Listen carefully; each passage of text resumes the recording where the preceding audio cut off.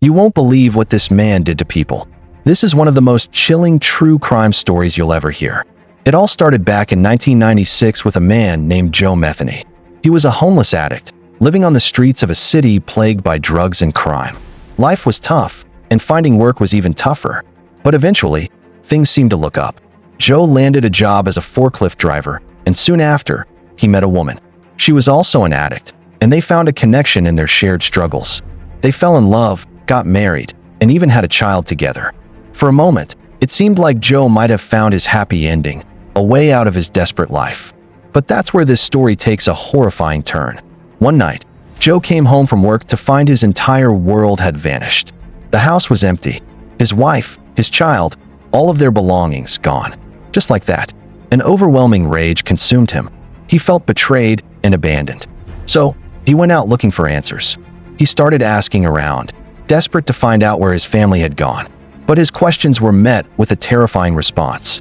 If anyone told him they didn't know where his wife and child were, Joe's rage would boil over, and he would take their life.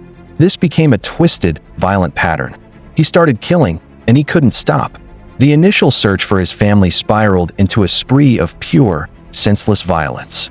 And here's where the story gets even more disturbing, almost too gruesome to believe. At some point, Joe needed extra cash. So he devised a sickening plan. He began to dismember his victims' bodies. He ground up the meat, mixed it with pork and beef, and formed it into patties. He then set up a roadside stand and started selling these burgers to unsuspecting customers.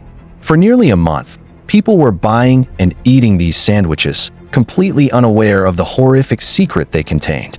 He later told investigators that human meat tasted very similar to pork, making it easy to disguise. When he was finally caught, his reign of terror came to an end. But the horror of what he did remains. Before his death in prison, he was asked if he felt any remorse. His chilling last words were, "The only thing I'm sorry for is that I didn't get to kill more." He was a monster hiding in plain sight. If you found this story as chilling as I did, make sure to subscribe and hit that notification bell for more insane true crime stories you won't hear anywhere else. Thanks for watching.